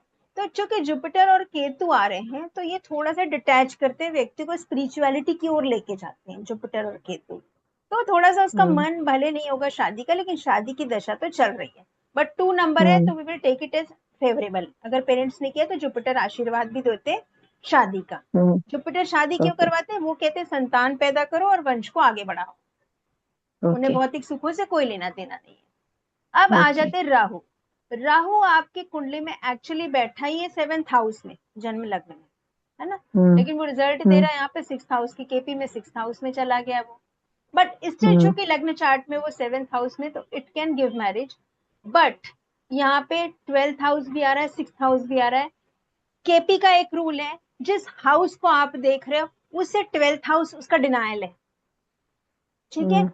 तो यहाँ पे 7th का डिनायल क्या हुआ, 7th से 12 काउंट करोगे तो 6th हाउस, तो इसमें Hmm. 6 2 बार आ जा रहा है। देखिए मार्स भी 6 बोल रहा है और राहु भी 6 बोल रहा है। साथ में 3 Hmm. मेलेफिक हाउसेस होते हैं, 6 8 और 12, ठीक है। अब Hmm. 6 के साथ में उसका एक और मेलेफिक हाउस कौन जुड़ गया, 12 नंबर, उसका फ्रेंड, Hmm. है Hmm. ना, एक बैड फ्रेंड के साथ बैड फ्रेंड जुड़ गया, 6 और 12 भी साथ Hmm. में हो गए, तो थोड़ा सा Hmm. शादी का योग बहुत कमजोर है। 11 नंबर Hmm. कहीं भी नहीं है, जब तक 11 Hmm. नंबर नहीं आएगा फुलफिलमेंट नहीं होगी। 11 number is house of fulfilment. आपके पास Hmm. बी बी ए तीनों में 11 नंबर मिसिंग Hmm. है ना, तो शादी होनी थोड़ी सी मुश्किल है इस दशा में। अब राहु के बाद किसकी अंतरदशा आएगी, फिर से गुरु की आएगी। Hmm. राहु के बाद अब डी वही चलता रहेगा, दशा वही चलेगी, भुक्ति वही चलेगी, चेंज होगा तो क्या होगा, अंतरा। अंतरा किसका आएगा राहु के बाद, अंतरा आएगा गुरु का, जो सीक्वेंस के हिसाब से, ठीक Hmm. है। तो अब आप फिर जुपिटर की लॉबी बना के देखोगे कि शायद राहु का अंतरा खत्म होने के बाद क्या गुरु की अंतरा में शादी हो सकती है। गुरु भी सिर्फ 2 to Hmm. 5 ही दे रहे हैं, लेकिन जब 5 Hmm. कनेक्ट होगा तो आप कह सकते हो कि शायद ये बंदा लव मैरिज कर। 5 नंबर 5th हाउस होता है, लव अफेयर का हाउस होता है। हो सकता है उसे कोई पसंद आ जाए तो वो बाहर शादी कर ले, लेकिन फैमिली में वो मिक्स नहीं हो पाएगा क्योंकि 11 नंबर नहीं है, फैमिली उसको एक्सेप्ट नहीं कर पाएगी, ये हो Hmm. सकता है। Jupiter Hmm. गया, उसके बाद सैटर्न आता है, तो सैटर्न की लॉबी देखो क्या बोलती है सैटर्न की लॉबी। सैटर्न की लॉबी इसमें बनी हुई नहीं है अभी, हमें सैटर्न की लॉबी बनानी पड़ेगी। तो सैटर्न की लॉबी Hmm. कैसे बनाएंगे हम,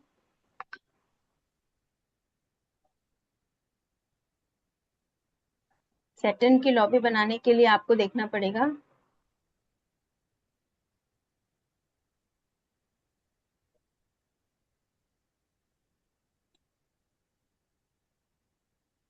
जैसे सैटर्न कहाँ पे है इसमें, वेयर इज सैटर्न, 12th में।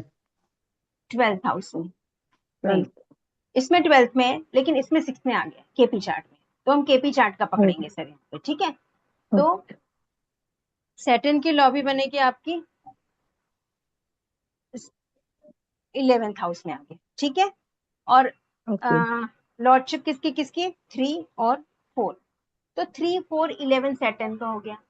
अब सैटर्न किसके नक्षत्र में है, वो कहाँ से देखेंगे हम, प्लैनेट्स की डिटेल्स में जाएंगे। सैटर्न का ध्यान रखिए 3 4 और 11, ठीक है। Hmm. अब आते हैं प्लैनेट्स वाली फील्ड में, सैटर्न कहाँ है, देखो सैटर्न है आपके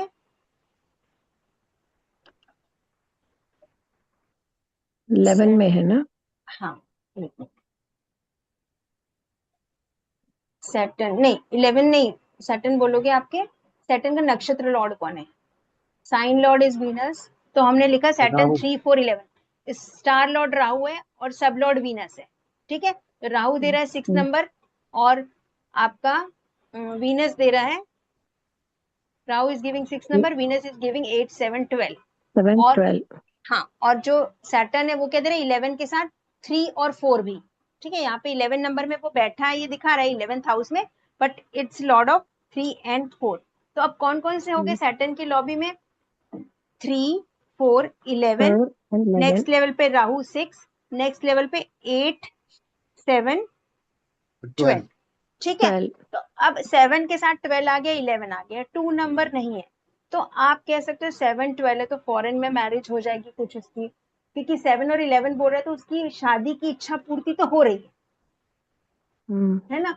लेकिन 2 नंबर नहीं है तो फैमिली एक्सेप्ट नहीं करेगी, ऐसा कुछ सीन बन सकता है। 2 नंबर मिसिंग है। Okay. 2 नंबर आपको दशा में मिल रहा है, महादशा अंतरदशा में 2 नंबर बहुत स्ट्रांग है, हमने देखा था, बराबर. है ना। तो ये तीनों फिर कनेक्ट हो जाएंगे, तो आप उनको बोलिए कि राहु में नहीं होगा, ये शनि की दशा में शादी हो सकती है। इस तरह से हम दशा बेस्ड प्रेडिक्शन कर सकते हैं। ठीक है ना मैम। तो राहु है, राहु के कब बाद चालू है जुपिटर, मैम? ये शनि दिख रहा है कब ना से मैडम, चालू है? ये दिख रहा है ना मैडम, 8 अगस्त 26 के बाद सैटर्न की दशा लग जाएगी 1 Feb 27 तक, ओके. है ना। एंड डेट है 1 February 27 के पहले शनि के प्रत्यंतर दशा में इनकी मैरिज होने का चांसेस दिख रहा है। मैडम भुक्ति में मरकरी तो 11 दे रहा था नहीं पहले। ना सर, मरकरी इसमें थोड़ी दे रहा है। नहीं, इसमें नहीं दे रहा, जो अभी हाँ, ये निकाली भुक्ति थी। में दे रहा है, लेकिन प्रत्यंतर सबसे ज्यादा इंपॉर्टेंट हो जाती है। और जो मरकरी है ना सर, इसकी स्ट्रेंथ जब हम कैलकुलेट करना सीखेंगे ना, तो मरकरी के टॉप में है। जो सब लॉर्ड लेवल पे 11 आते हैं तब शादी होती है ज्यादा इंपॉर्टेंटली, ज्यादा स्ट्रांगली, सब लॉर्ड लेवल पे नहीं है। तो मैम मैडम मेरी तो फिर मैम 41 ईयर वो पूरा हो गया अब ये। अगस्त से जैन तक होना चाहिए. February 27 तक, 1 Feb हाँ, 27। February. Okay. So it हाँ, starts from August. yeah, it is from August। Okay. Thank you so much, ma'am. Thank you so much ma'am can So you see much. Mine Appreciate. Also? मेरी daughter का भी देख पाएंगे क्या आप? चलिए लगाते हैं एक और, हाँ, लास्ट चार्ट। मैंने दी है डिटेल मैडम, उसका चेक करो ना, चैट्स में हाँ दी थी। सर, करती हूँ। चैट में मैंने देखा नहीं एक्चुअली। चलिए अभी किसका लगाएंगे? मैम मैं दे मेरी देता हूँ ना। डॉटर है हाँ सर, 4th लेती हूँ, आपका नवंबर। भी लेती हूँ, एक मिनट में। चार्ट्स,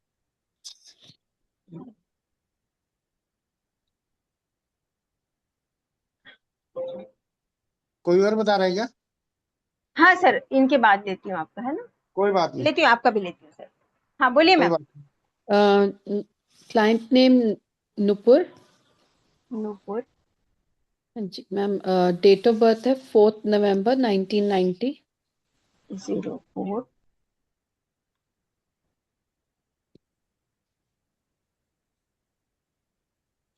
नवंबर, ईयर 1990। जी टाइम टाइम टाइम मैम रात के 10:06। PM ना, ठीक है। हाँ जी मैम। Female, and city, Delhi.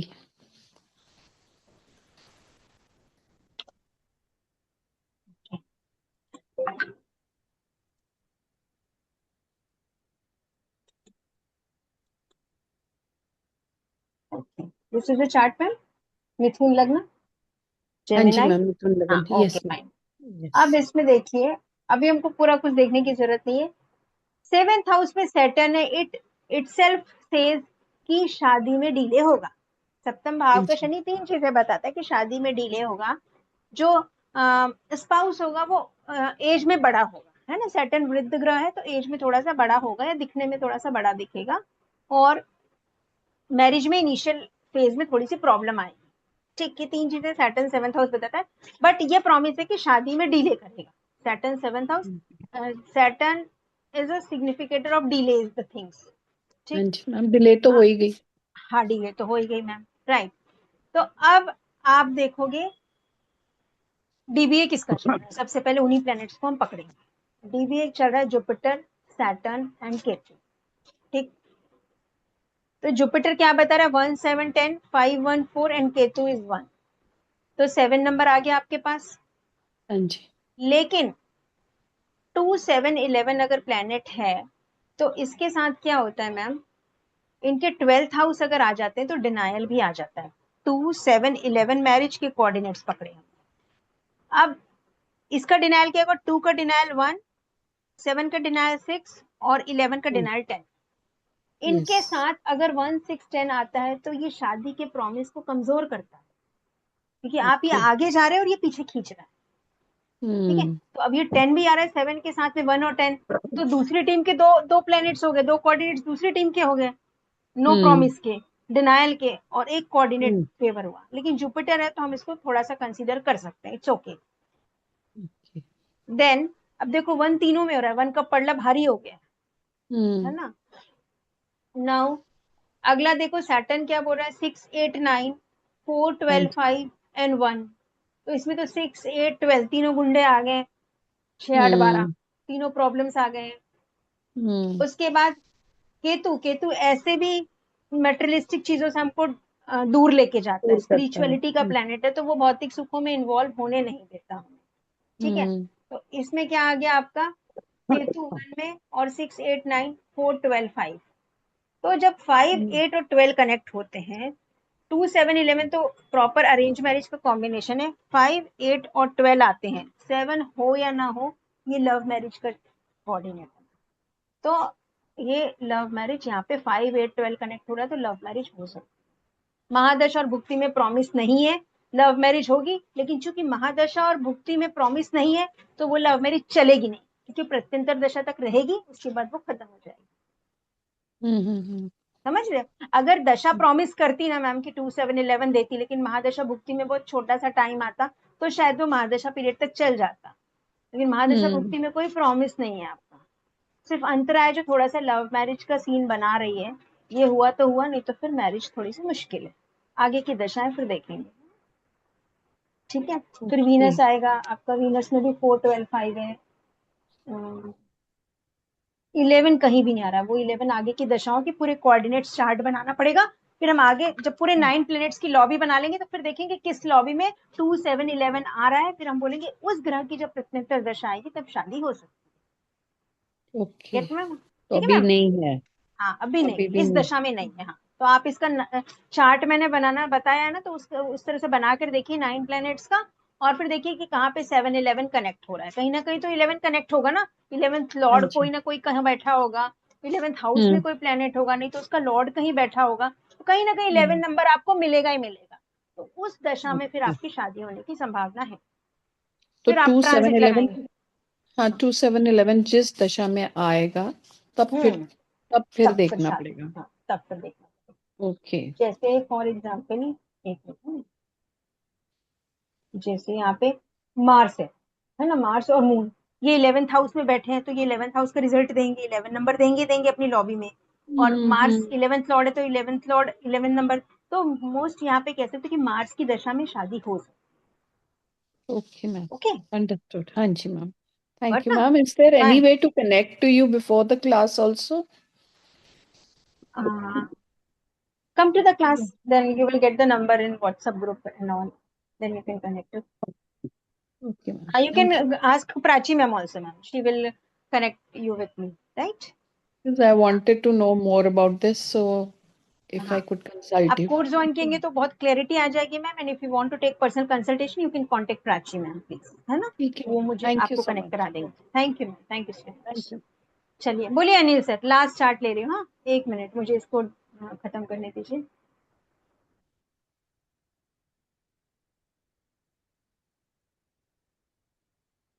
कहाँ चले गए अनिल सर? मैं यही हूँ मैडम, आप कह रहे थे ना क्लियर कर लूं। हाँ कर रही हूँ ना मैं, एक मिनट। हाँ, हाँ बोलिए। 20 अक्टूबर 1993। कितना? 20 अक्टूबर?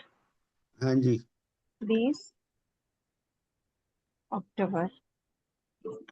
और ये ना, ये जो नाड़ी टेक्निक है ना, सिर्फ मैरिज के इवेंट तक कंफाइंड नहीं है, ये आपके हर इवेंट का हम इसी तरह से प्रेडिक्शन कर सकते हैं। तो it's a very nice technique, everyone should learn, जो भी एस्ट्रोलॉजी में आगे एक्सेल करना चाहते हैं। हाँ सर बोलिए। 1993। 1993। टाइम? 14:18। 14:18। दिल्ली का बर्थ है। ठीक है, नेम क्या बोलूं, क्या नाम लिखूं? तृप्ति लिख लो। वो उसके बिना चार्ट लेता नहीं है। सिटी? दिल्ली दिल्ली। दिल्ली। ओके, ये है मकर लग्न की कुंडली से। हाँ जी। हाँ जी। तो अभी देखो इनका क्या रहा है। अब तो आप थोड़ा बहुत तो प्रेडिक्ट कर ही लिए होगे, निकाल के दशा भुक्ति अंतरा तो निकाल ही लिया होगा आपने। तो मैडम ये जो मकर में तो उसमें वो शनि बैठे हुए थे वक्री, आपके चार्ट में दिखा नहीं दे रहे। शनि 11वें घर में है सर। वक्री है ना, तो केपी चार्ट में वो लग्न का रिजल्ट दे रहे हैं, देखो वक्री हो गए इसलिए। केपी चार्ट में थोड़े मूव हो जाते हैं ना पीछे की तरफ, कभी वक्री होते हैं, कभी डिग्री वाइज इधर उधर हो जाते हैं। नहीं ठीक है, इसमें केपी चार्ट में तो लगन में ही आ गए ना। लगन में आ गए, सेटल। हाँ। हाँ, तो डीबीए जो अगर देखते हैं तो डीबीए देखो मून जुपिटर और राहु का है, ठीक है सर। तो मून क्या दे रहा है, 11/7, और यहाँ पे जुपिटर भी दे रहा है 2, 12, 8, 11। तो शादी तो हो जाएगी इस महादशा में। चंद्रमा की महादशा कब तक है, 31 तक। तो 31 के पहले पहले हो जाएगी महादशा में। प्रॉमिस है 2, 7, 11 तीनों मिल रहे हैं, राइट। भुक्ति में क्या है, भुक्ति में भी जुपिटर है, मरकरी है। भुक्ति में थोड़ा सा प्रॉमिस कम हो जा रहा है, सिर्फ 11 आ रहा है, 2 आ रहा है, 7 नहीं आ रहा है, ठीक है। तो 7 तो प्राइम हाउस है, प्राइम हाउस इन्वॉल्व नहीं है तो कैसे करोगे। अब 2, 7, 11 है ना, उसमें भी प्राइम हाउस 7 होता है। रिजल्ट देने के लिए इंपॉर्टेंट हाउस 11 होता है। 2 आपका थर्ड इंपॉर्टेंस का होता है, क्योंकि हो सकता है कभी लव मैरिज करे तो फैमिली एक्सेप्ट करे ना करे, लेकिन शादी तो हो जाती है ना, इसलिए। अब राहु की दशा में सब लॉर्ड लेवल पे आपका 11/7 आ गया, मतलब 2, 7, 11 आ गया। सर शादी हो जाएगी इस दशा में इसकी। चंद्रमा की कब तक है, दिसंबर तक, 11 दिसंबर तक शादी हो जाएगी। नहीं, 2025, 26 क्या चल रहा है, एक मिनट। राहु, 26 मार्च राहु 2026 दिखा हाँ, रही है। 26 मार्च 2026 तक शादी हो जाएगी। क्लियर दिख रहा है ना सर, आप ये हाँ, लॉबी पकड़िए ना। नहीं इसमें तो दिख रहा है हाँ, ऐसे तो। ये देखिए, ये मून मून जो है 7-11 दे रहा है ना सर आपको, ये देखिए। हाँ जी हाँ जी। हाँ, सब लॉर्ड लेवल पे देखिए, ज्यादा पावर हो जाता है। और देखो महादशा में भी सिर्फ मैंने बोला 2 थर्ड इंपॉर्टेंस, लेकिन 2 भी क्या, महादशा लेवल पे 2 तो मिल ही रहा है। यहाँ पे भी हाँ भुक्ति जी। में भी 2 मिल रहा है आपको, और 7-11 मिल गया अंतर में आपको। और राहु है ना, राहु और शुक्र दो ऐसे ग्रह हैं, राहु को ब्याहु बोलते हैं। राहु और शुक्र ऐसे हैं कि प्रॉमिस अगर 66% भी तो 25% उसमें ऐड कर देते हैं, क्योंकि राहु ना इच्छाओं को बढ़ाता है, तो वो करवा देता है शादी, ठीक है। भले चले ना चले वो बात की बात है। अब चंद्रमा तो 2021 से आया हुआ है ना मैम उसका। हाँ, तो अभी फिर ट्रांजिट फेवर नहीं कर रहा होगा ना, फिर सब ट्रांजिट लगाएंगे ना, ट्रांजिट जब फेवर करेगा शादी क्लिक हो जाएगी। थर्ड स्टेप बचा है आप ना अभी, हाँ तो फिर चलो, ट्रांजिट काफी लगा लो लेट हो आप। गई ना। जब गुरु कौन से लगन का गुरु आएंगे ना, कर्क राशि में अभी हाँ जी हाँ जी। सप्तम भाव में, तो शादी हो जाएगी। ठीक है। गुरु 7th हाउस में गोचर आएगा ना गुरु का, अभी तो मिथुन राशि में गुरु गोचर में। अब गुरु देखो हम्म। आपके 7th हाउस में गोचर करेंगे कर्क राशि में, तो शादी हो जाएगी आपकी। लग्न को देखेंगे हाँ तो शादी करवा देंगे। मैम अभी इसी साल 2 जून को गुरुदेव कर्क राशि में आ जाएंगे, तो तब मतलब हाँ, पॉसिबिलिटी बन रही है। तब हाँ जी। पॉसिबिलिटी हो जाए। हाँ, okay okay ma'am, thank you. ठीक है, ओके, चलिए। होप कुछ ओके, नया थैंक यू सीखे मैम। होंगे, क्लास में अच्छा लगा होगा। कोर्स में ज्वाइन कीजिए, मिलते हैं। Thank you everyone. Thank thank you, welcome you ma'am, so much welcome. Ma'am, thank you thank Thank so you, you, much. ma'am. Radhe Radhe. Thank you so much Gratitude thank to you you. Ma'am. Welcome. Thank you ma'am, thank you so Radhe much. Radhe. Radhe Radhe.